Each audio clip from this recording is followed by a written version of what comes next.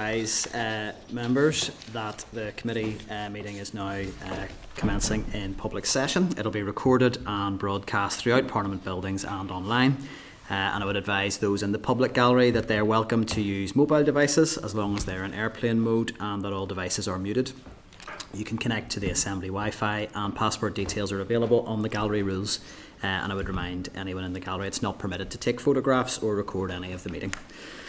So you're all very welcome to our last committee meeting of this session. So I will just take us through apologies first and then we'll move through the agenda from there.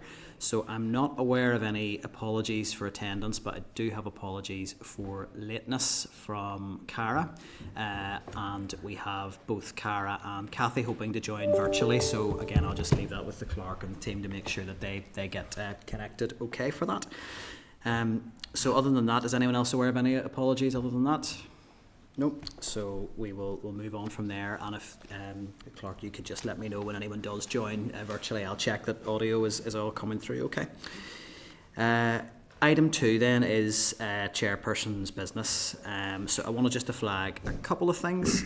The first, item 2.1, that's at page 3 of your table papers, and that is the record of the informal. Not sure what that noise is. That's coming through, but anyway, that's grand. Maybe it's outside, yeah.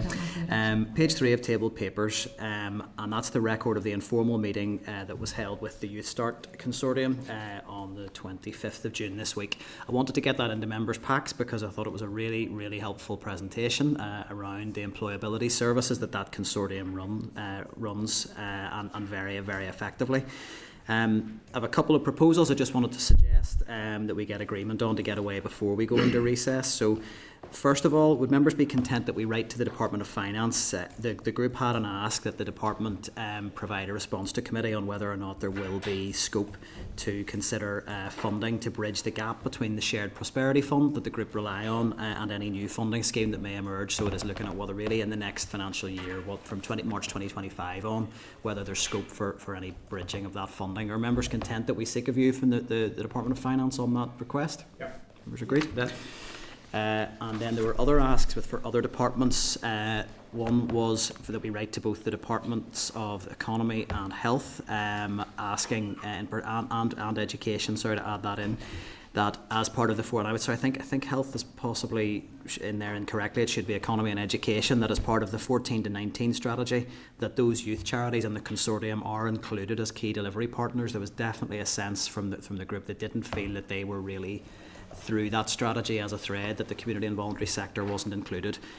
So they're asking really for engagement directly with them as partners in that strategy. Are members agreed? We write along those lines? Agreed. And then finally, an ask for the Department of Economy. The consortium had asked if the committee could write to them to ask what support they can provide the consortium with in terms of any replacement for the Shared Prosperity Fund, again from March 25 onwards. Are we content we engage with Department for Economy on that as well? Members agreed? Okay, I'll take silence as agreement. That moves us on then. Item 2.2 in chairperson's business. This is just a bit of process over the summer, and that's around summer recess. So this will be the last meeting of this term unless anything urgent arises over the recess period. The standard practice for committees would be that authority would be delegated to the chair and deputy chair. During that period, if any views are required, for instance on the withholding or releasing of information for any non-routine or non-contentious freedom of non-routine or contentious freedom of information requests that the committee receive, and that any decisions taken in that regard would be brought to the committee's attention after summer recess. So are members content firstly to delegate authority to the chair and deputy chair to submit views on those issues for any requests received by the committee in the recess period? Members agreed? Okay.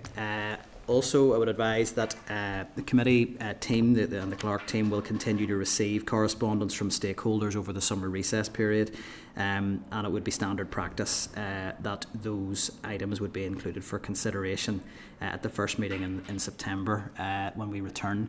I would just like to suggest, if it was possible, if there could just maybe be a correspondence pack circulated at the end of July so that we don't have a huge backlog arising. There were some issues we had specifically asked the Department and EA to keep us up to date with over the summer, so I think it would be helpful if that could be provided. Are members content to receive a pack at the end of July?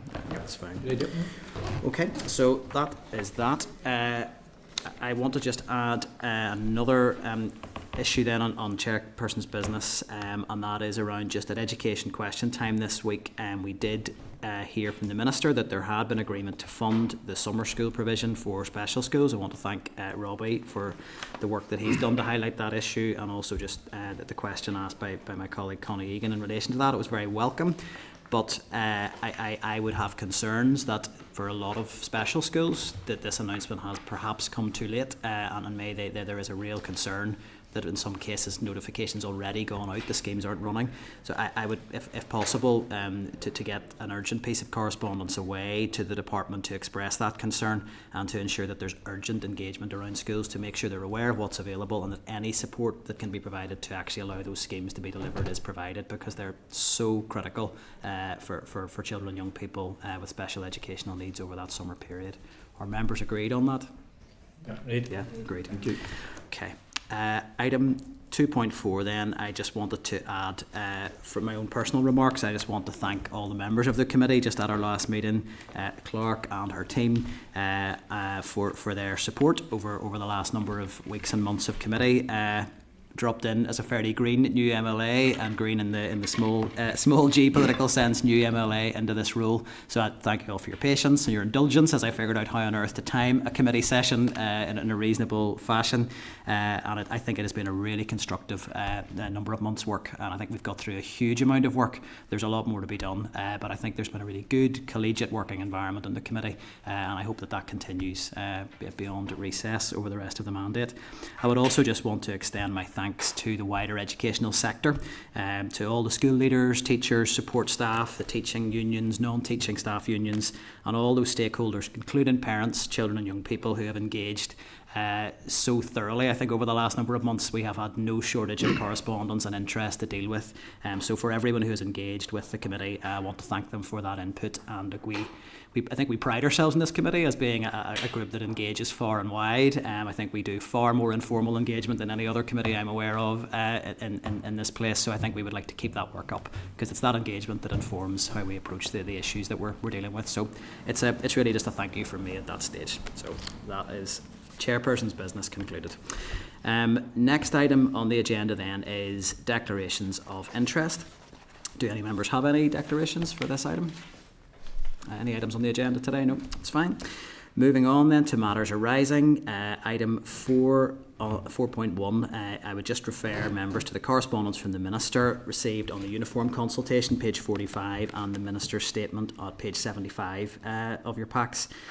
It's really just at its last meeting, the committee had agreed to write to the department seeking details of the communication strategy. There was some concern around the timing of this just immediately before the schools break up. And we had in that communication asked consideration of extending the consultation beyond the proposed closure date of the 27th of September. I think at this stage I just would ask members to note the letter, but I would want to suggest that as soon as we are back from recess that we would want to be undertaking urgent follow-up to ensure that there is maximum engagement around that consultation, to ensure we hear from all of the stakeholders that we need to. Are we agreed with that approach at this stage? Mm-hmm. Great. Okay.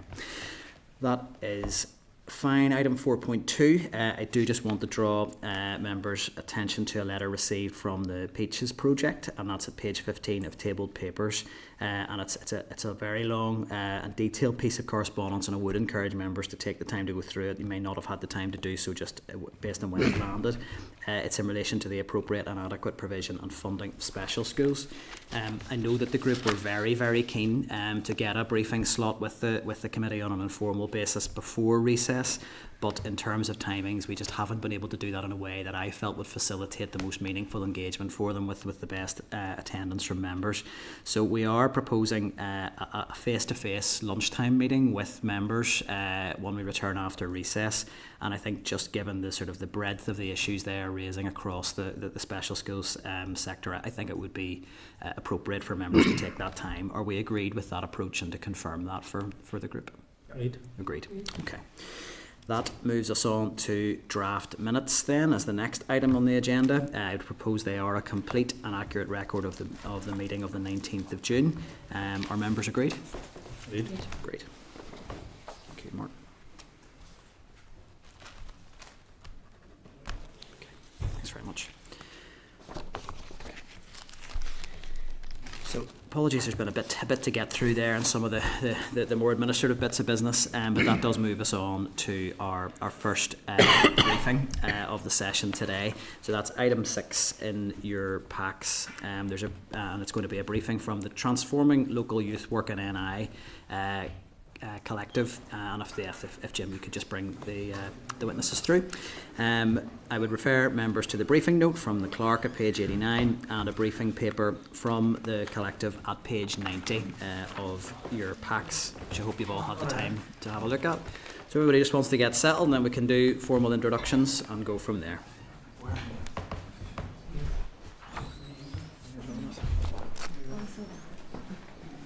There's quite a few of you here today, so it's find a seat where you can.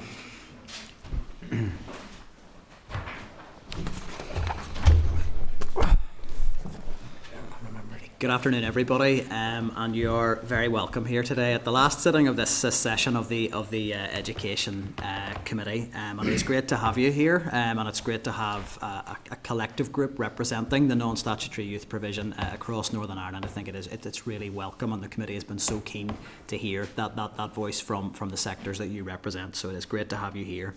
I'll just run through who we have in attendance today, and if I miss anybody, let me know. But you're all very welcome to do your own intros when we get to that. So I have here Sheila Morris from Youth Action NI, John Lynch from Youth Work Alliance, Michael Dudley from Boys and Girls Clubs NI, Stephen Dallas from the Bites Project, Tony Silcock from Youth Initiatives NI. There may well be others here that aren't on my list, so I apologise if I've missed any of those at all, and please do make your own introductions when we come to you. So at this stage, it really would be handing over to you to bring forward any opening remarks or presentation you want to make. I would say that would be up to 10 minutes, by no means a target. So if you don't need to use the full 10 minutes, that's fine. And then we'll move to question and answer. And we usually approach it with a sort of 5 minutes per member in terms of question and answer to get through that. So just urge members and witnesses to get to questions and answers as promptly as we can, because I think there'll be a lot of interest in this subject. So over to you guys at this stage. I don't know who wants to kick off. Thanks very much for the opportunity to come and present our paper around transforming local youth work in Northern Ireland. I'm Stephen Dallas, Chief Executive of Bites. I'm going to let the rest of the guys, because it's nice to see a face in the name. Go ahead, guys. Yep. So Michael Dudley, CEO of Boys and Girls Clubs Northern Ireland. Sheila Morris, Senior Leader for Youth Action Northern Ireland. John Lynch, CEO, Youth Work Alliance. Tony Silcock, Youth Initiatives Northern Ireland. And our entourage, Orange Swifties. They are here with us from all, because this is it's not just us, it's beyond. So if you had 15 seats here, you could have 15 people in a row kind of doing this contribution. So I'm going to do just a couple of minutes of an introduction to give a bit of context.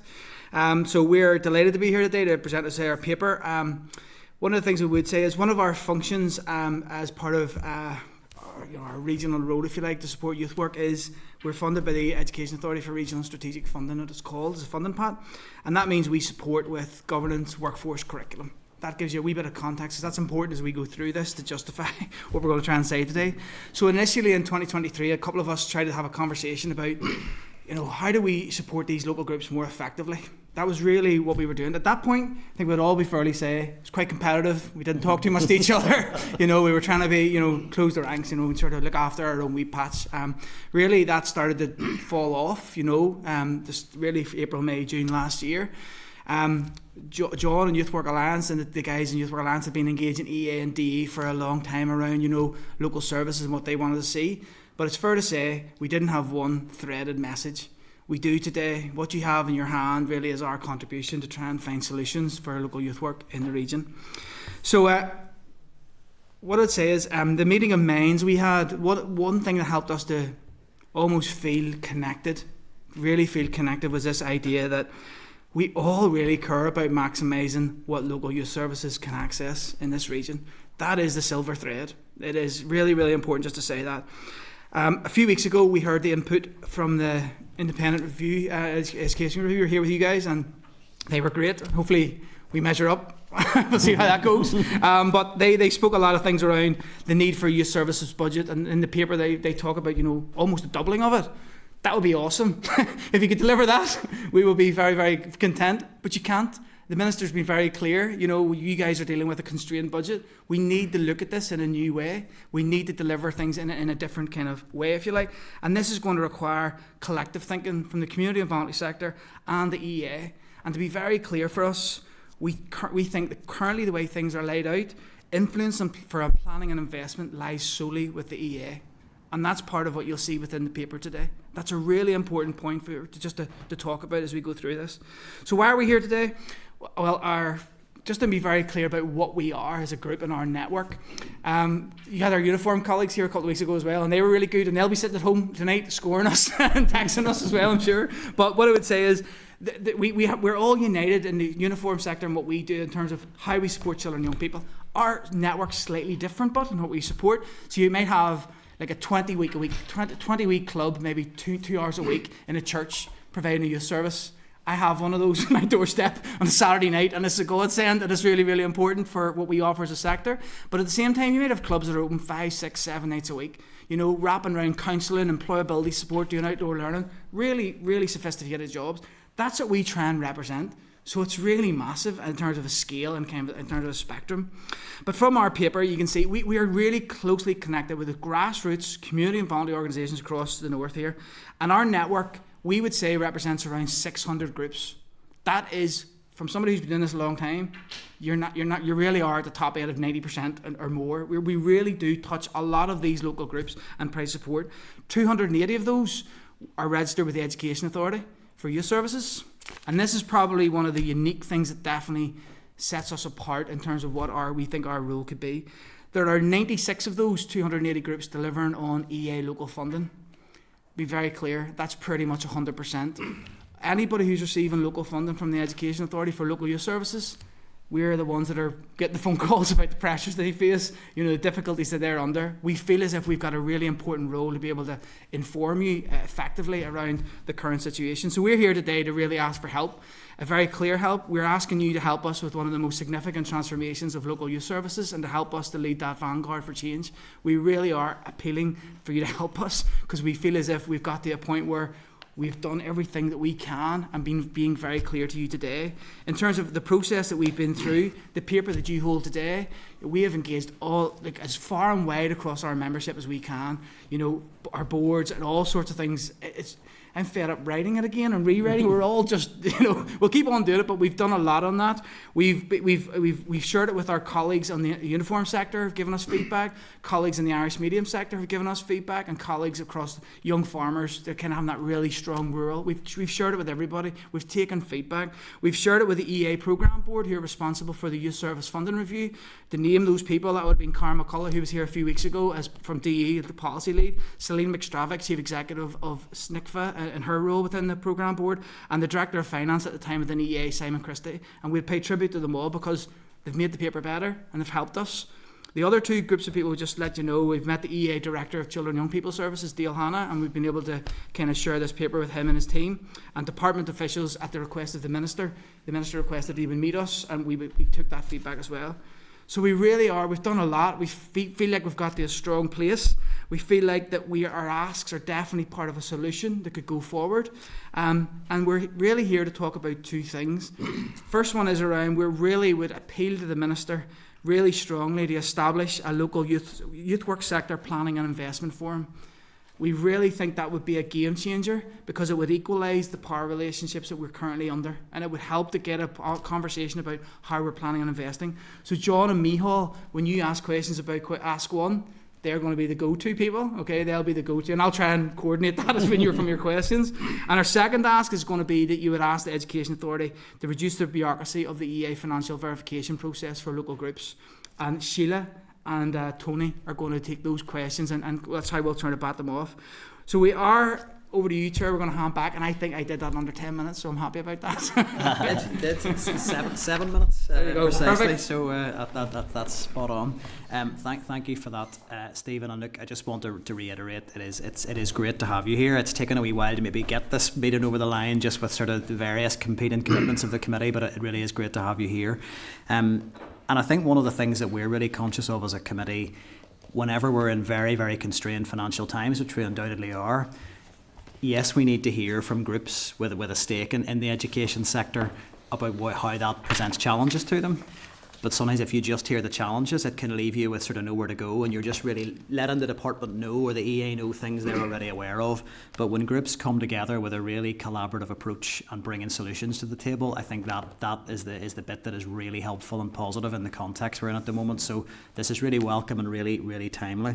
So you've been really clear. Your paper sets out really clearly what your asks are, and you've highlighted the two ones that you're most focused on, and that would be the planning and investment forum and the reduction in bureaucracy. Could I just ask, really just to kick off directly, in terms of your key asks, what has the engagement with EA and the department been like? So effectively, what is their response to your asks when you've presented them to them? I think it'd be good, John and Micheál could give some feedback on that, and then try and do that like that. Yeah, look, initially, if we go back to it, Stephen alluded to, the need to have this plan and investment forum arises from the fact that the Education Act, first and foremost, doesn't give EA the power to deliver through the voluntary and community sector. Equally, priorities for youth doesn't and hasn't given EA the direction to prioritise the voluntary sector as the preferred method of delivery. So there's a certain element of protection within that, and the current structure allows EA to work from a perspective where they protect their assets first in terms of where they go forward, and then the voluntary sector gets the allocation coming out the other side of it.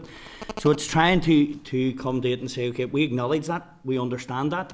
We are not saying that we want the Education Authority to disappear. We're saying very clearly that they have a role, but what we are saying is, since 2016, once we lost the Youth Council for Northern Ireland and we lost YouthNet, there is no structure, there is no plan and investment board, which then allows EA to make decisions unilaterally based on the budget allocation that they have, based on protection of their services moving forward. So what we're saying in this is we're still getting that kickback and that resistance, that's still what's there. There's the legal context that talks about the due regard in terms of with their planning services, but that's all it talks about is due regard. It doesn't talk about actually empowering the voluntary sector. It doesn't talk about making them the preferred method of delivery of where they go through. So we have to get into an arena where we can start to have that conversation and that platform to create that so that we can move that forward. Micheál, do you want to come in? Yeah, well, I suppose what we're looking at is the ring fence investment into the voluntary sector. I think that's very important because we have to create a sector that is attractive for people to want to get involved in, people want to stay in, because at the minute, you know, you have these community assets. That's exactly what they are. They're community assets. If you look at John Paul II in Ardoyne, it's been there for 50 years. You look at Ledley Hall in East Belfast, they're for 80 years. You know, they're supporting their community through thick and thin. And at the minute, all they're really doing is getting squeezed the past 10 years. Their budgets are becoming smaller. You know, the requirements are becoming greater. And to be honest with you, we're hemorrhaging workers left and right. You know, we're hemorrhaging volunteers because it's not an attractive place to get involved in. Ring fencing a budget and a percentage of the Department for Education's budget would not only be a commitment from the Department for Education that we value your service, but it would also give them people peace of mind that they can strategically plan. You know, they can look ahead, they can build their internal infrastructure rather than just consistently firefighting, which is what a lot of these organisations are having to do. Just firefighting daily to keep their doors open. And at the heart of this, it's children, young people and volunteers that are losing out, you know. And the investment and planning forum coming in would be a way for us to be able to sit and represent their interests, for us to be able to liaise back and disseminate information back to them to say, folks, here's what's going to happen. Here's what do you feel like needs to happen? You know, what are your priorities and how can we best represent them? Because at the minute, you know, you talked about what engagement we're having with the Education Authority. Any engagement we're having to reach out to them to request them to come and meet with us because there's no appropriate forum to do so. So like the likes of RAG is there to discuss themes within the local development plan and the regional development plan. You know, there's the Department for Education subgroups to inform the next policy cycle, but that could be 4 years. In the immediacy, this is an alternative that can be established, that we already have, you know, an idea of what it would look like. And that's already helpful. It was probably unfair of me to ask you for what's the EA's views on your proposal. Yeah. I mean, that's ultimately the committee can seek that from the EA, and I think that's likely to be an action arising from this. From my perspective, you know, hearing you speak about this, I mean, it's not a million miles away from some of the recommendations in the independent review around, you know, area planning for schools, the need for a strategic oversight around how we reorganise our school estate to make sure that it's meeting the needs of local communities. And ultimately, this is what it's about.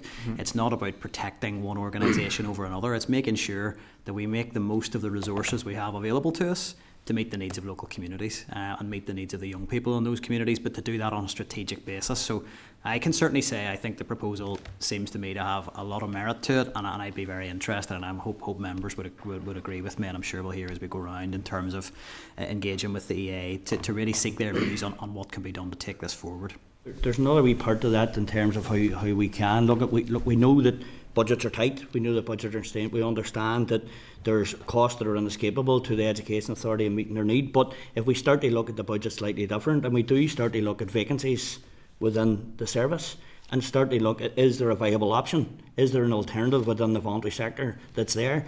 And the reason why we talk about vacancies is because we're not after people's jobs. People aren't in them if they're vacant. And the harsh reality in this is that if we don't fill those jobs, either through a statutory provision or voluntary sector, it's young people who are lost out. Young people aren't getting access to service because there's vacancies are there. So we want to try and get into a conversation around how do we actually in this plan and investment forum challenge because Priorities for Youth talked about challenging the historical deployment of youth work in the voluntary sector. It doesn't talk about doing it in the statutory sector. So how do we look at challenging the historical deployment in the statutory sector? And actually, is there a viable option? Is there another way to increase the voluntary sector's capacity to deliver that better meets the needs of children and outcome? And sometimes the answer might be no, there's not. But at least have the conversation. Let's have a conversation and discussion around how we do that. I think this relates to so many other issues we've considered. You know, I think when we talk about special educational needs, there's always the sort of discussion around people feel like they're just facilitating a system. The system looks like this, and we'll tweak it, we'll tinker with it to get the right outcomes. But you know, sometimes you need to look at the system and is it the right model to deliver. So I would say on that we're really excited what DE have got emerging from their policy forum. Yeah. They are. I mean, it's good. The atmosphere, the connection, it's strong. Like it's really. We're all like going, this is great. You know, what do we do right here that's making this emerge? This is just great. But as Micheál said, like the last policy took 8 years. yeah. We need something now. To be so crystal clear, we really do.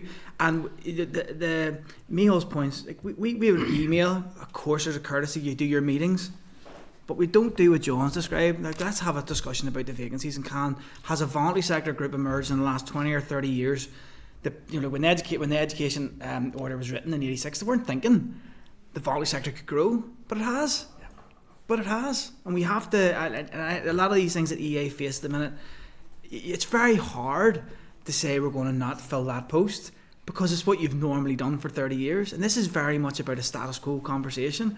And the system and the architecture, I feel DE will move to a new place, but I don't think we can wait 3 or 4 years. It's too fragile to wait that long. That is all really positive, and I want to bring other members in. I just want to ask one final question, which is on the slightly longer term bit, just in terms of the strategy, in terms of the overarching strategy for youth work. Do you feel that there is currently enough clarity between where the balance sits between statutory and non-statutory and how that's prioritised? Because it feels like maybe as what is written down doesn't quite match with reality on the ground in terms of statutory filling the gaps that the voluntary sector's not providing. I mean, in terms of development of policy, is that an area you'd like to see clarity in? And I'll just ask briefly because I do want to bring other members in. But. I certainly think it is. I think it's a need to Stephen alluded to this at the very start, how do we create that balance of equality where the sector is recognised for what it does and what it contributes and how much we can actually make the budget work a wee bit further to maximise the outcomes for children and young people. I think there's certainly one of the synopses that we do have around actually let's dissect the policy, the old policy, and let's get into actually thinking about what worked, Why did it work? Where was the voluntary sector's role in that? And then let that use the influence into the next policy. But I do believe the current structures lend itself to EEA working from a protective point of view, where they protect their assets before they move in to empower the voluntary sector to deliver. And that's as a fault of the structure that's set up and the policies that are in place. And that is already helpful. I will move on. I would just want to pay tribute. There are, I know in my own local area, some really, really good statutory services. I think it's clear, and I don't think you're approaching this from a pitting one sector against the other. It's just let's maximise the resources we've got and work that together collegiately on that. So it's all very positive. Look, I'll hand over at this stage. I'm going to pass to Danny, because I know the Deputy Chair has said that Danny will cover questions from that side, and then I'll bring any other members any want to indicate. Thank you, Chair, and thank you for coming in today. I know it's not easy for all of us to come together to do this paper because of how funding comes about. These are always pitted against each other, so this is great, and I think it's a massive step in the right direction. I suppose just the kickstart us off, I'd just like to know the key experiences and developments that got us to this juncture today.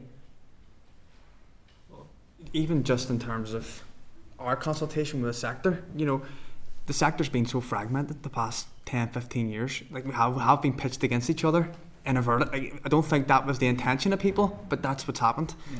And it's very difficult to work together whenever that wee bit of hostility is there. We've put that aside now, because I think a lot of things have changed in the sector. We've had discussions the past 12 months. We've got through a lot of the historical issues that we've had. And we're looking to move into a place where we can work together, we can all coexist, and we all can flourish. Because at the end of the day, we all have specialisms. We put them together, we create a really good service for children and young people, and we can support communities way better. And I think that was the fore of our thinking throughout that. So in terms of getting to this position, it wasn't easy. It wasn't easy at all. There was plenty of hard conversations, but we've got here. We've had a lot of discussions with the voluntary sector and our members as well to get here, which is important, because this isn't just us saying this is what we think needs to happen. This came from the ground up, and I think the members and local organisations, because they're so vulnerable at the minute, I think they were asking us, you need to come together. This is all, anything that's happened in the past is done. Put it all aside. And the local organisations were pushing this. So everything you have in front of you derives from local provision. And one of the key things that we had a consultation in Dunstilly there last month with, I think it was 50 members that showed up. And we were sort of asking them, what do you think about the paper? Is there any recommendations on the paper? How could we maybe change the terminology to make it, better? And one of the things that came out of it was a young person that was there, representative from an organisation in Derry, and they were saying that they're in the final year of doing their youth work degree, and they've had real concerns about where they want to go in a career, because they're looking at the voluntary sector and saying, do I really want to go into this? Where it's just stress and anxiety, and do I really need that? And we were but at the end of it, they sort of turn around and says, it's actually really good, because now we actually feel I have a lot more confidence in terms of where we're going as a sector. And that was really reassuring for us, because that's coming from the people that we're trying to support here. And I think, getting back to that point as well about the Education Authority, we're not looking to displace them in any shape or form. We're not looking to step on their toes in any way. All we're looking to do is put a structure in place that allows us to work collaboratively. And the investment plan of form would be the best thing to do that in the immediacy. I think, just to add to that, Michael, one of the key things that gelled us together is get rid of all of our stuff, our baggage, our egos, what our organisation have done over the past. Go on and have those hard conversations, because this is about children and young people. Mm-hmm. This is about giving them the best service that they need in the areas in which they need it, whether that be through street-based youth work, Irish medium youth work, SEN, whatever that may be. Outdoor, there's a wealth of experience that sits in this panel. And the reality is that if we continue to be separate, then we're not supporting our members. We're not doing what we need to do for the sector. So we had to say, right, okay, put the personal stuff to one side, sit down and say, how do we drive forward? And we found that common ground in young people, and then the mission to protect frontline youth work was the key goal for us. I just have one point on that, Danny, as well. It won't last forever, what you've got right now. This is hard. We need to deliver, because local groups will go, didn't work, they want someone else. You do have a window here. We do feel we've got a really good window. I just wanted to sort of say that as well. So anyway. Thank you. And see, just regarding the youth work vacancies within the EA, what type of positions are we talking about here? Grade levels. What do you mean by it? When we're talking about vacancies, Danny, we're talking about obviously the jobs that aren't there. So there's a lot of complexities, there's a lot of jobs within the service, but we're really talking about ones that aren't attached to these centres at the moment, ones that aren't attached to part-time staff or health that. So you're really looking at your area worker posts that are out there, that exist across the region that aren't filled. And is there a voluntary sector provider beside them that can actually look at that? We need the Plan and Investment Board to actually get into the nuts and bolts of why is it that a centre can't be passed across the voluntary sector. Is there a capacity of looking at leadership and management offsite? Is there a capacity of looking at a joint delivery in terms of there, if there's an option of increasing the provision for children and young people? So primarily we're trying to focus on jobs where there's no one in, and primarily that they're not attached to the centre, because that becomes more complex for you. They actually look at, right, who looks after that centre and how do we work that out? How do we look after the part-time staff that's sitting there? But when you have jobs that are vacant who have none of that attached to it, that becomes the option in terms of what's there. Yeah. No, I think it's important to say that we're not looking to take existing EA jobs out of EA. That's really important for us. But there are existing vacancies that we feel that the community and voluntary sector are skilled and equipped to do in the morning, and we're asking us just to be in the conversation of where are the vacancies, how do we help fill them. That's our ask. Maybe asked in the committee, could you ask the Education Authority for those in terms of where those vacancies are, and then through the Plan and Investment Forum we could start to look at how can we look at there could be, the answer is no, as I said to you before, or the answer could be yes, there is a voluntary sector provider there that could step into that role. And even in some roles where there's an acting up position, like I can speak from my own area in Derry at the minute, there's an area that has about 7 or 8 voluntary sector providers, one statutory provider in it, but EAF just went out and put out a senior worker for that area, and you're going, how does that wear up?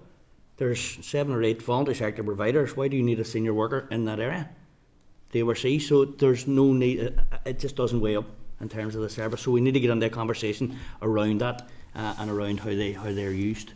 Has EA corresponded with you around this? You come back with some sort of thing around it, correct me if I'm wrong here folks, about, and we understand this as well, they have to look after their own workers, there's regulations within that, but we are trying to articulate this is not about a worker, this is about a vacant post. So there is no worker in this post, and we're looking at changing that. Just because it's always been a statutory deployment doesn't mean it has to stay as a statutory deployment and around that arena.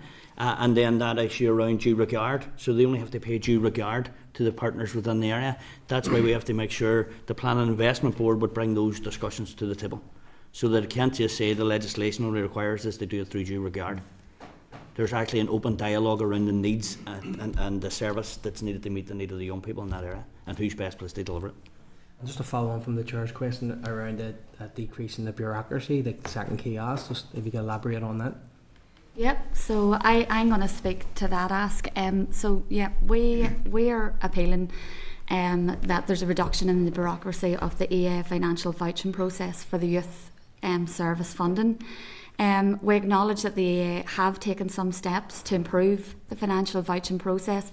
However, the system can be simplified much further to allow for a less kind of less paperwork, a reduction in paperwork, a reduction in the stress that it's causing those local voluntary youth organisations, some who are part-time and voluntary, and it would also allow for an enhanced flexibility. One thing that's really important for us is that we are improving the efficiency and increasing the resources that are available to support children and young people.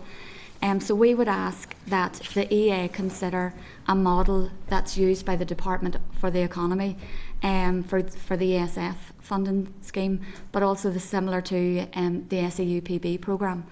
And that alternative approach is where they would allocate a set percentage on top of staff costs as a management fee.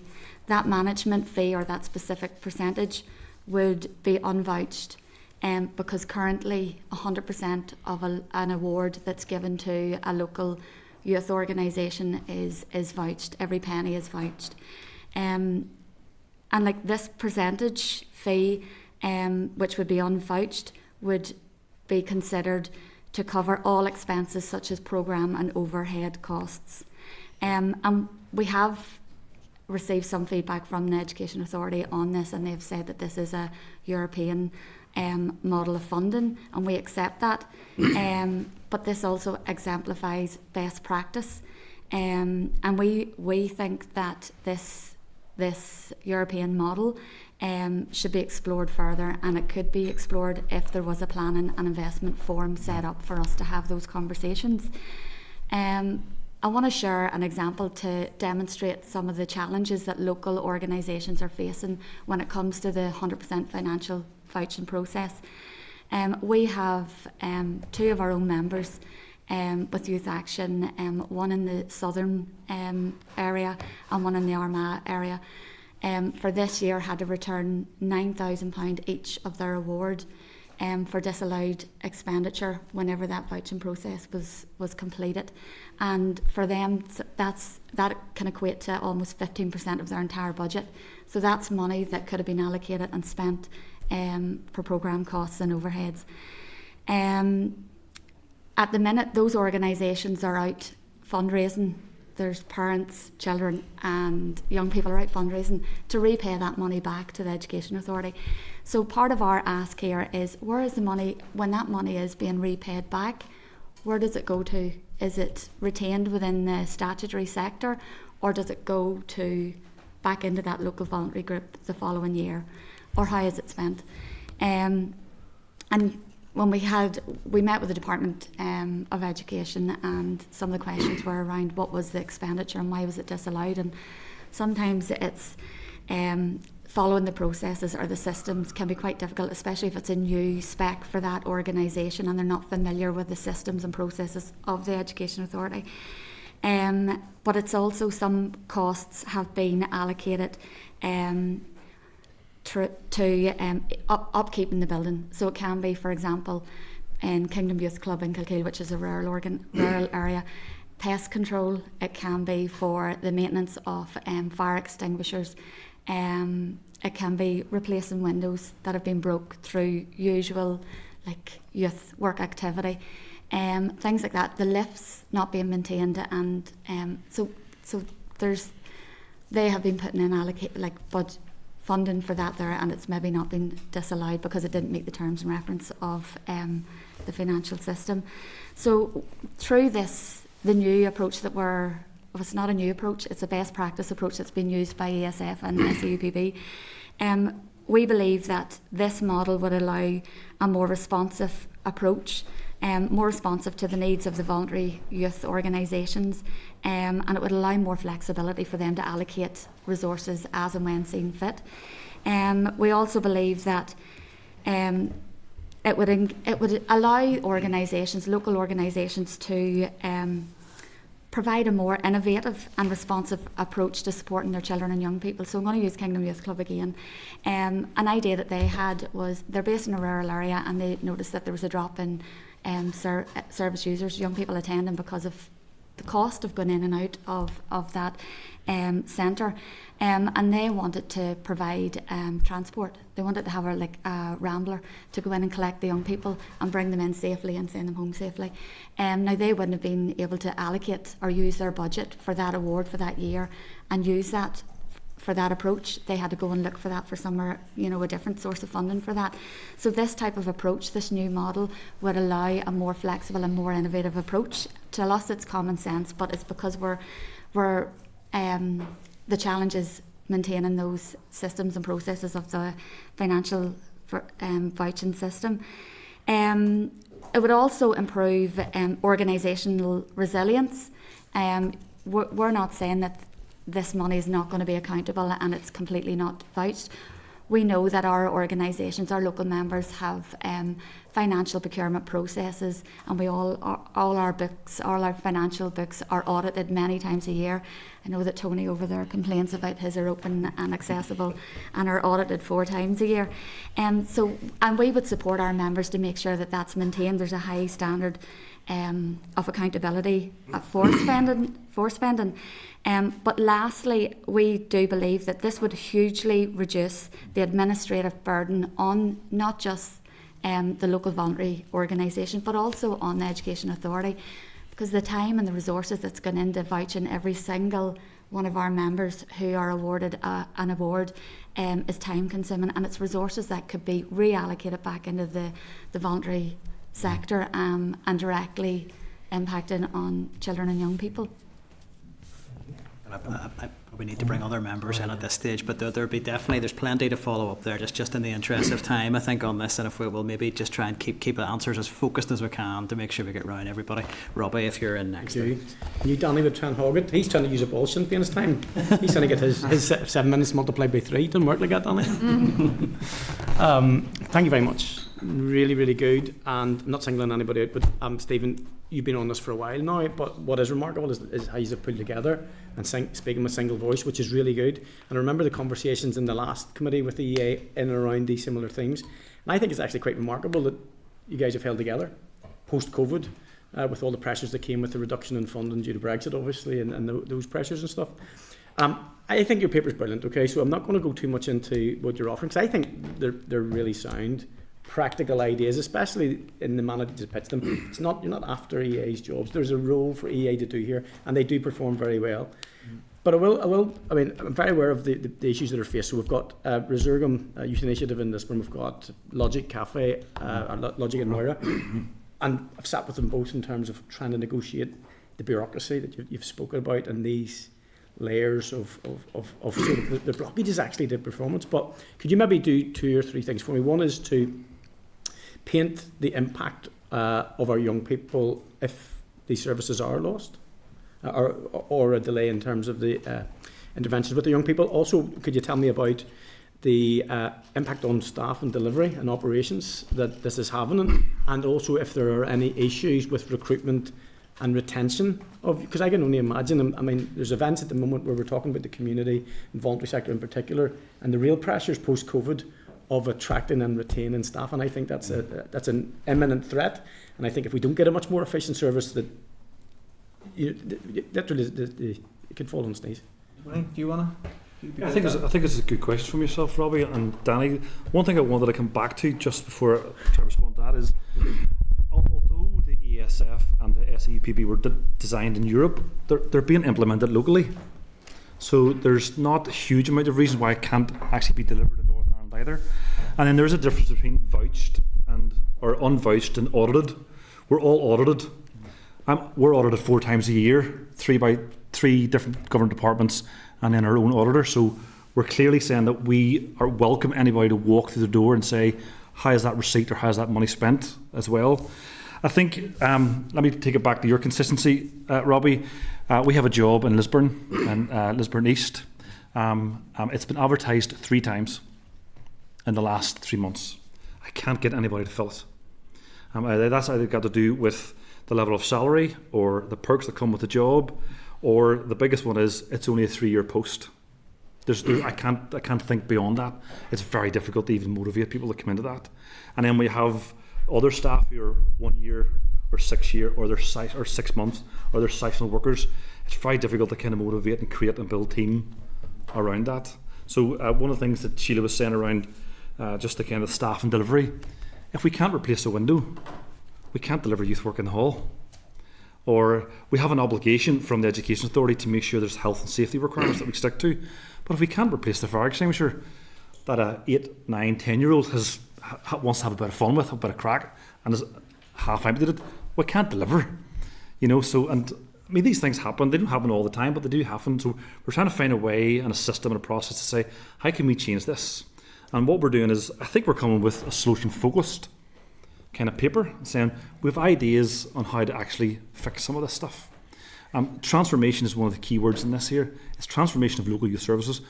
We recognise the things that have done well in the past. We want to build on that, and we think we can do things even better and differently. The impact, £18,000 off local youth services, that is absolutely massive. Either that's summer schemes or it's day trips or seasonal workers or whatever it may be. Delivering on children and community youth services, it's not going to happen if we don't transform how we vouch and how we do our financial processes. Can I just finish it out? And this will be the last one because I appreciate your answers. There's also the one of the things that's not talked about enough, and I see Resurgam Youth doing it in particular, is the shared initiatives. So in terms of the product and what is actually happening, it's not just the evenings, and Stephen said, some clubs will operate on a Saturday or Sunday or one or two evenings, but there's extended work that happens too. That isn't. Is it captured well enough, do you think, in terms of the impact that has, where young people from very diverse backgrounds are getting to spend time together? And is there more that we can do in that sphere? You could release the T-Buck money that needs to be happening this summer. If I could. That's right, Tony. No one heard that one. I say that with a kind of a joke and a jive as well. But I mean, the T-Buck money's together building united communities, and they're bringing across all sections of the community. So for our own organisation, we're working in Inner East Belfast, we're working in Lisburn, we're in Gallia and Derry, Waterside and Derry, and that's what helps bring us all together. So I think the release of that and just the kind of holding that is very difficult at the minute. So, but we, like lots of our organisations, particularly with our own, we have a good relations member of staff, who is a Protestant married to a Catholic, and I can take you through generations like that. So we're crossing the divide. We're bringing people from West Belfast, Turnbrook, Lagmore, Poglass across to Pitt Park, and Pitt Park is a hive of activity at the moment. So we're not afraid to do that, and all of our organisations do it. I'm sure you guys are part of organisations yourselves that are doing the exact same thing. So the impact on that, relationships, the community building, the releasing of community tensions is, I don't know how you can put a value on it. I just think I know what happens and I see it, but I just don't think we celebrate it enough. Because we hear the news will give the bad stuff. So if young people sadly are sucked into doing something bad, but how many events are happening that are stopping young people from going there? So thank you for. Yeah, we actually did a bit of research on that, Robbie, 2 years ago, and it came out that voluntary sector organisations were under-reporting because they don't have the time. If you're going to sit down and adequately capture every single thing that you're doing, it takes a lot of time. And workers in charge, or leaders in charge, and youth workers in charge, they're having to occupy 2-3 roles, maybe 4 or 5 roles. They're having to look after the maintenance of the building. They're having to be the youth worker. They're having to do the finance. They're having to take all these different hats on depending on what time of day it is. And the actual time to get down to youth work is very difficult. So decreasing that bureaucracy would allow greater time to be able to capture more impact. And it would almost be, it would work out a benefit there, an unexpected benefit, I suppose. But you also talked about recruitment and retention of staff. That's very briefly to finish here on this one, Michael. No, don't finish your point, that's fine. Just very briefly. You do what Tony does. The next person asks a question, just answer mine first of all. It's just another wee tip for you. Well, this is a great committee. But that's our biggest challenge, and the reason being is, I can speak from my own organisation as well as a regional. We can only offer fixed term contracts a lot of the time, 1 year at a time. That person's living year by year, not knowing whether they can take on a financial commitment of a mortgage. They can't get a mortgage. So if you're a young person sitting down thinking, where do I want to go? I want to have a family. I want to do this. I have aspirations to do that. You can't plan a year ahead. You're not eligible for any of these things, these milestones that people are trying to get in life. So it becomes a massive challenge, and following a passion becomes even more difficult. And even the likes of salary increments, that doesn't happen in the voluntary sector. You're froze for maybe 4 or 5 years, and if inflation goes up by 16%, you're just that's just what you have to live with, and you have to just accept that. So the likes of what we were saying at the start, which is about ring fencing investment to the voluntary sector, if we had an annual increment in that every year, which is, say it was 25%, I'm just off the top of my head, it was 25% of the Department for Education's budget and youth work went to that, but every year there was a proposal of 1.5% or 2% of an increment. At least organisations can say, right, well next year, we can allow for that change in salaries. And that, again, that comes from best practice from SAUPB, who do actually ask you to factor that in. So yes, there are huge changes, but there's solutions to these changes, and we are being proactive, and a plan and investment forum would be able to tackle them on a strategic level. Mr. Chairman, we do have some requests for you. Yeah, I As a understand committee? that. Yeah, in terms of follow-up asks, I'm conscious I want to bring other members in, and I'll give you the chance to make sure we know our asks at the end of the session, just because maybe just to make sure we keep answers short and focused, or we're not going to have time to get round everybody, because I think everyone else going to want to come in. So I'll bring Kate in now for the next question. Okay. Thank you. This is fascinating, and you have such good energy, and I love that you've come with solutions to this. And I guess I'd be interested in what your asks are. The two kind of points, well, maybe 3 points I wanted to pick up and take what you want. What's worked well about your consortium, and what support have you had? And I guess kind of the strategic aims within that, and how you would bring that to a planning and investment forum. What sort of cross-departmental work is happening? And I was really interested in I was going to ask about the workforce, but you've touched on that, and the recruitment and retention. I think those are things when we're dealing with economy, and that they're good points for us. And then anything else you? If I do worked well, and then John came out across department. Yeah. It's like work well. The 600 groups in our network is the knowledge that's not being tapped into strategically. Where John's saying there's a vacancy, there's an opportunity for change. You need to know who to ask. Sometimes it's a knowledge set. You can't underestimate the amount of phone calls we get from local members saying, this is a problem, this is an issue. It is massive, it's huge. And that knowledge doesn't have a place strategically to say, we know a group that's in Castlewellan that can do X, Y, and Z, or we know a group in Limavady that can do X, Y, or Z. We are that knowledge source. I think that is, and what's been really important in that is, it's still going to be competitive, because there might be 2 or 3 of those local groups in those places. That's life. We're going to have to accept that. But at least, as John said, there's a chance. There's a chance for a change whenever you've got a vacancy. Cross department, John, do you want to? There's a number of roles. Effectively, the youth service works probably with every department across it, but particularly within the voluntary community sector, we don't get the acknowledgement in terms of there. But primarily, we are talking about the Department for Justice, particularly through their tackling paramilitarism programme, and through the stuff around community safety in terms of where we operate with street-based youth work and the arenas around that. And then we're also talking around the Department of Health and how we work within the Department of Health. Hall will give experience in terms of his health and wellbeing framework and the work that he's doing within and around that. So we also talk about how do we have a public health approach to youth work, and a peripatetic approach where we go and meet young people where they're at, in a place where they're at, and to ensure their safety and stability, and work in a multi-agency cross-departmental way in terms of where we're going. The challenge that we face within that is that in certain areas we were there a number of years ago, but it seems to have gone off the radar of the Education Authority in terms of that's the way we should be working, that's the way we should be going. Just to interrupt, I asked a question about that, the kind of policy move away from the detached youth work, and they said that wasn't something they were doing, but everyone who works in youth work says that they are. Because it's not detached youth work, it's alright. Go into detail, that's the question I wanted to ask. Go into detail. So, I think that's not a short answer, Nick, so you better. it's a whole day, Nick. We did a whole day of street-based youth work and what it is, it's alright. We had written to the EA on that point, and I think still waiting for the response around that policy question. So again, I think that's one you just are to right. note that is outstanding. They do say that we do fund detached youth work. Look, outreach and detached youth work is fundamental core methodology to support core youth work. It's what we do. It's about what Sheila talked about when she gave the example. When the young people aren't coming to our centre, how do we go and get them in terms of where we go? But street-based youth work is completely different in that arena. It's an enhanced version of detached youth work where we take a peripatetic approach to safeguarding children and young people. That's what we do in that arena. That requires a multi-agency, multi-government department response in terms of how we go out and then do it. And there's a role with the Education Authority to fund that.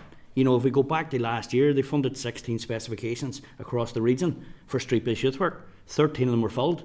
This year they didn't do it at all. This year they said that they allowed the organisation to choose the methodology of delivery, but that completely disregards the role that street-based youth work plays in the safety and stability of children and young people. So we have to get to a way of doing it, and we have a way that we're trying to work with that with the department to try and say, actually, this is every government department's responsibility because it affects every government department. And myself and Tony are working on it in terms of a conference and trying to bring people together to explore that. We have people registering from Dublin, from England, looking to be part of it, because social unrest just doesn't exist in the context of the North. It exists worldwide, and youth work has a role in that.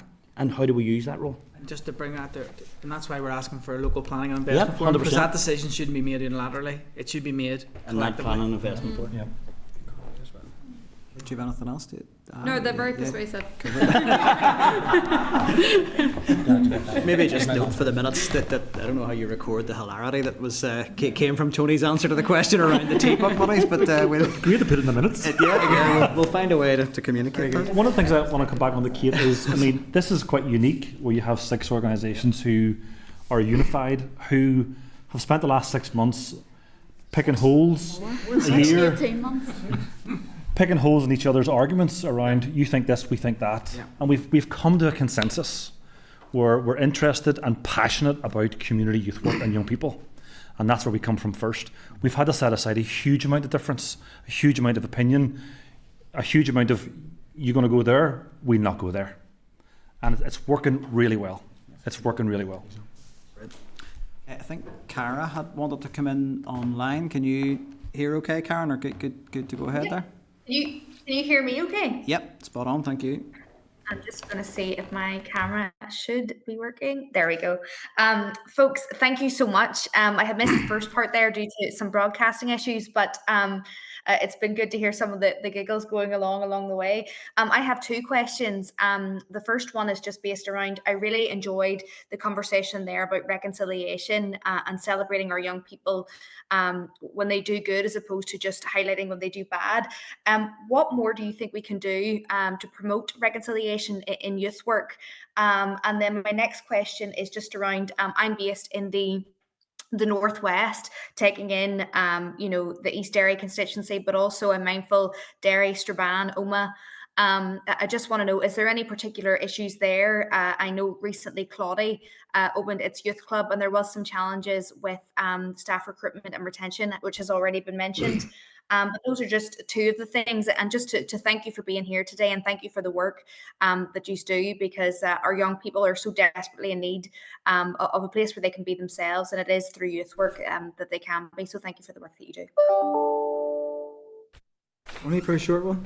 I think it's a really good question, Cara. I think it's a difficult one to answer just kind of straight away. I mean, reconciliation kind of goes across a number of generations, not just young people.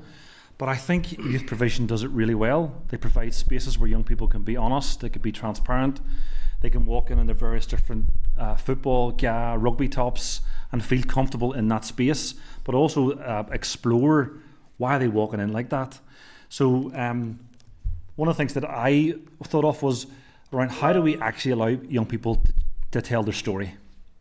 And I think stories is immense in terms of Northern Ireland. How they grew up, where they came from, here's their family background, but share stories in a very safe space is absolutely crucial. And I think we can do that, but I think we also need a strategic approach to that. And that's what we're talking about, this plan and investment forum. How do we do that strategically with all the bodies together, talking about how do you hear the voice of young people, how do you bring our communities together in Northern Ireland, and there's definitely a way to do that. Tony, can I come in on that just for Cara as well? As much as it's really important to deliver work, peace and reconciliation work, and bring it to the lives of young people, it's also really important that volunteers and staff are also accessing peace building training and learning how to negotiate and how to deliver programmes around that type of topic, but also looking at their own historical issues as well, because we're all have been affected by the troubles in living in Northern Ireland. So it's really important that we look at not just the young people, but we look at the organisation as a whole in terms of what their policies are around providing an inclusive and welcome environment, but also the capacity of staff and volunteers to get involved in delivering like CRED-based work or peace and reconciliation-based work. It's really important. And just a wee bit, they've finished now, Karen, and it's coming on to your point, Kate, about the cross-departmental stuff. You know, there's a very clear role. Every government department has a strategy and key points in which they must contribute to good relations and community relations now. How do we get them all working together? How do we bring in all of those strategies connected together so that we're not duplicating what we're trying to do, that we're not asking schools to do something that youth services do or youth service to do something that other agencies are doing? How is that a whole community approach to actually addressing the issue of reconciliation within the context of the North? I think Cara had a question specifically on the Northwest and your constituency. Do you need Cara just to repeat that question? Could yeah, I and say then it we'll again? finish up. It would need to be quite brief in the Yeah. answer. No worries. No, listen, thank you so much. That was a really detailed answer. And I just noted my own experience. I had went to a Catholic primary, a Catholic secondary, and it was the Portrush Youth Club, and that I used to attend. You got the chance to mingle with everyone and be friends with everybody, all backgrounds and beliefs.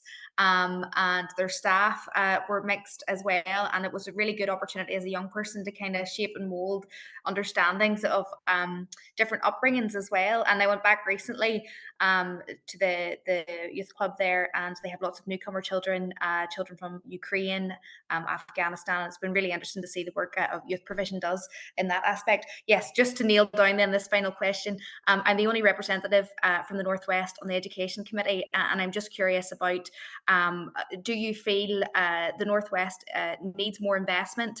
And I recognise, particularly in rural areas, it can be difficult to secure staff. Because I had a few months ago now, I had been to the New Claudia Youth Club and had noted they had challenges with staff there. So is that something you're seeing, particularly if it's in a rural area, it's more challenging to get staff out to it? If I Yeah, could, there's- just if one member could just of the panel could take the response and And I'm from the Northwest, I'll do it. Yeah. You know, no pressure on that. I assumed you would. Cara, yeah, you're 100% right. Look, there's multi-layered in that. There is the reality, the rurality in terms of the complexities around the investment in reality. And I know that I met with the Rural Planning Board prior to the release of the funding that came out, and there was a lot of misconceptions around that, around what was being invested into that area. And when we looked at that, we're actually looking at that and going, there's actually a massive under-investment in the rural area, but there's also a heavy reliance in the statutory service to deliver in that area. And that's where, particularly in the Northwest, we're seeing a lot of the vacancies that don't exist. The jobs aren't filled within there, and there's a lot of moving around going on within it. But the Northwest as a whole has historically been underfunded in terms of where they go. The investment into there has historically been there. And, you know, we were making strides to sort of moving that and moving towards it. But that seemed to get stopped. And it seemed to be, well, there's too much of an allocation now coming into that particular area. And we need to look at where it is. I would argue that there's a lot of resource there. It's just not used in the right way. And if it was used through the Planning and Investment Forum, then we could make more strategic decisions to actually how do we deploy that youth work money to reach every child or young person right across that area. That's brilliant. Thank you so much. It's very detailed, and I think we can take this a little further as a committee as well. So thank you very much for your answers. Thank you, Cara. I'm going to bring Cheryl in, and I just would like to give you all the opportunity just to clarify your asks at the end. Tony, I know I didn't mean to cut you off on that earlier, but I was just to make sure we know exactly how you're asking us to follow up. But Cheryl, do you want to come? Thank you, Sharon. Thank you so much for everything so far, and it's great to see everybody working together collaboratively. I know that I'm seeing so much collaborative work now locally because they've had to do it basically and working together, so it's so positive to see. But just in terms of provision, I take it as a collective, have you mapped out the provision across Northern Ireland, and are you seeing anywhere particular worrying gaps where there isn't the youth provision that there should be, or is there particular areas where you're finding a significant barrier for youth provision? I do the first part of that, Dawn. We have mapped it. The problem is it's nowhere to go. We've nowhere to bring it to. We don't have a forum that can have the conversation. That's the only thing I want to say. That's a quick answer, Nick. There you go. I think that makes your case, doesn't it? Yeah. John? And just to add to that, it's also not clear sometimes where the investment is. It's not clear how it's invested in and what is the outcome, the intended outcome within it. So it's trying to work our way through actually what is the actual allocation within that area. What is it actually being funded to do? How is it being funded? And then what's the expectations from it? So it's trying to get into the nitty-gritty of that as well, actually understanding how the allocations are made, where they go, and how could we best use those slightly different. But we just can't get into that arena. There's no arena to have that open and honest conversation. And that's the frustrating bit. And that's the frustrating bit. But also to identify those vacancies as well, because by identifying the vacancies, then we can identify the gaps in provision for the that there should be provision there for community and voluntary sector. And in terms of even, as you say, the provision, I know within my own constituency of East Antrim, the Monkstown area, there has been 2 posts that have been advertised now for 3 years, which they can't get filled. There's people there in the voluntary and community sector that are more than able to do these roles, and they can't, they're not allowed to apply for it. So there's a change there in recognising that policy provision, but it's a huge issue. So I talked to the boxing club yesterday just in preparation for coming here today, and they wanted me to make sure you knew that. So you did the job for me, so I do appreciate that. So yeah, but to be fair to EA, how do they make that change? There is no architecture to that EA did make them have to think that way, so they just replaced the post. That's a natural cycle, and that's what we need help with. Yeah, and it's having that collective voice and knowing exactly what direction that we all need to go to make those changes and make sure we're doing it for the right of the young people. So. And I think it's important to ask as well that if those posts are vacant and have been lying vacant for a while, where's the money going that should have been allocated, to the children and young people in that area? What's happened to that, and where does it go? That money through the system isn't always easy. Yeah. And there's a common sense approach there, because there's obviously vacant positions, there's people not getting the service that they need, there's money sitting there, why is it not being done? So there's other organisations out there other than ourselves that could occupy them roles if we couldn't. The likes of Forum No, the Irish Media, really great organisation, could do really great work, and they could definitely step into positions if needed. So it's and when they can. So everyone has to be involved in this plan and investment forum, not just us. It's a representative thing of the sector. Yeah, but just very quickly, just in terms of the methods of best practice, the likes of Monkstown or the YMCA in Carrickfergus, Mo Shearer, unbelievable what they do, and to see what they have actually achieved and replicate that elsewhere. I know I'm biased, I'm sure throughout Northern Ireland there's plenty of examples, but incredible work what they do. So I think it's really important that can be shared amongst that space. And all we're asking is take away the fragility. But it's not EA's job. To be honest, I believe it sits with the Minister and you guys to make that recommendation. We're only going to operationalise what you tell us, and that's where we're at the minute. And it's a big ask here today. A planning and investment forum is a massive ask, but it's a bit we're asking for it so quick. We feel like there's a pace on this, and we're sorry about that, but we can't wait 4 years to the policy cycle, or 3 years till it comes to a conclusion. We need something now to have these forums. Thank you. That's awesome. I mean, look, I appreciate there's maybe, and that's maybe an important point to finish on with Stephen. I'll just hand over for you guys to clarify your asks, so we can take that forward. It's been a wee bit of levity today, but this is a big ask, and it is really critical that we get this right for the sector. So I think the committee is well aware of that, and we understand the significance of what you're proposing today.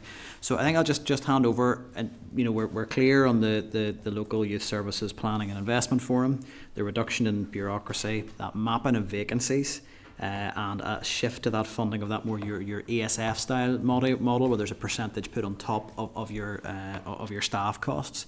Is there anything else, when we will certainly take those away, is there anything else that you want to add just to make sure we're communicating and understand properly what you're bringing to the table today?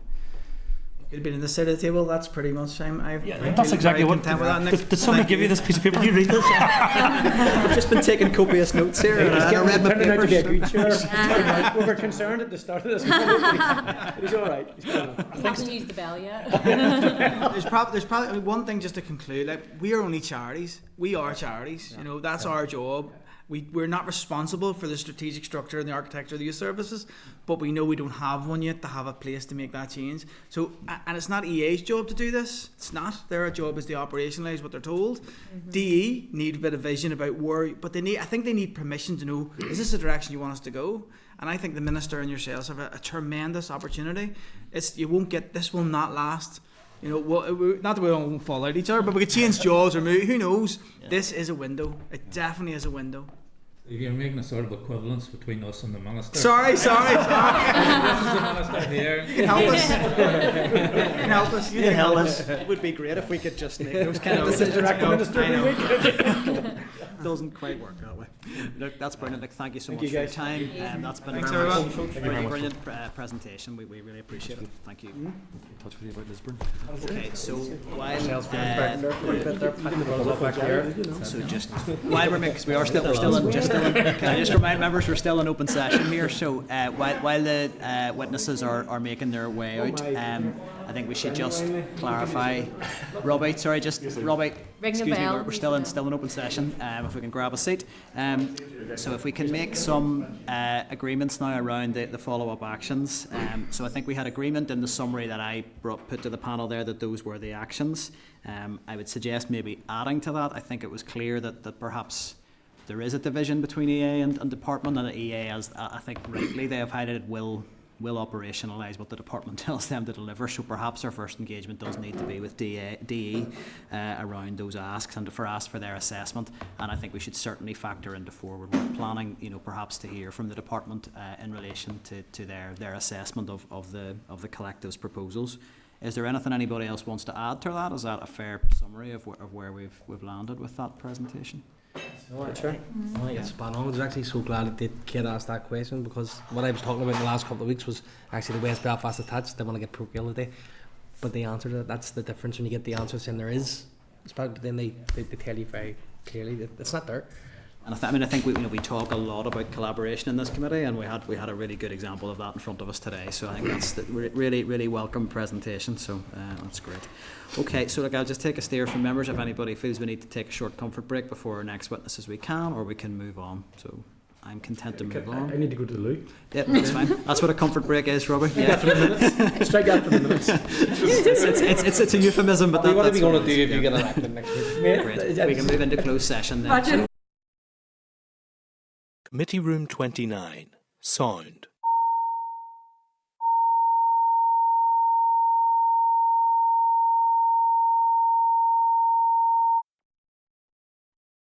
Committee Room 29. Sound.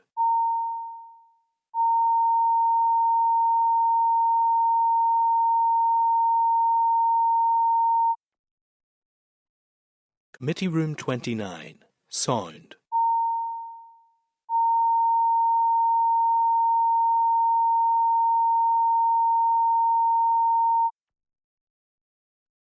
Committee Room 29. Sound. Committee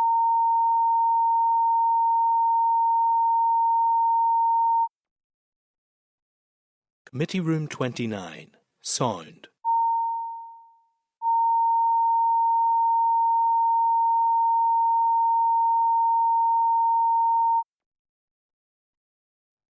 Room 29. Sound.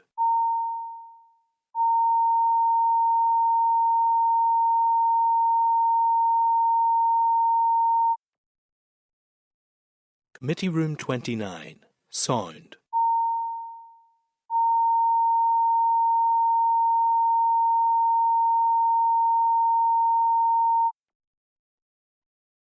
Committee Room 29. Sound.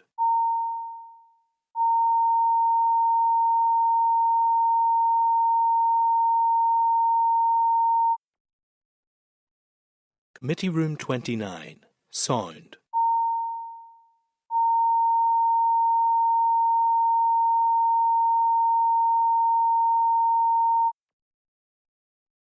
Committee Room 29. Sound.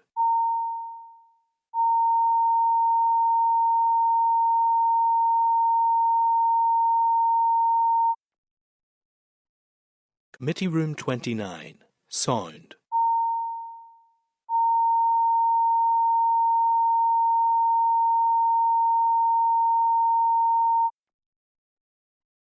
Committee Room 29.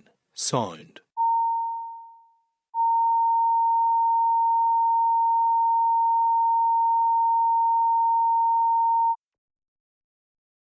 Committee Room 29. Sound.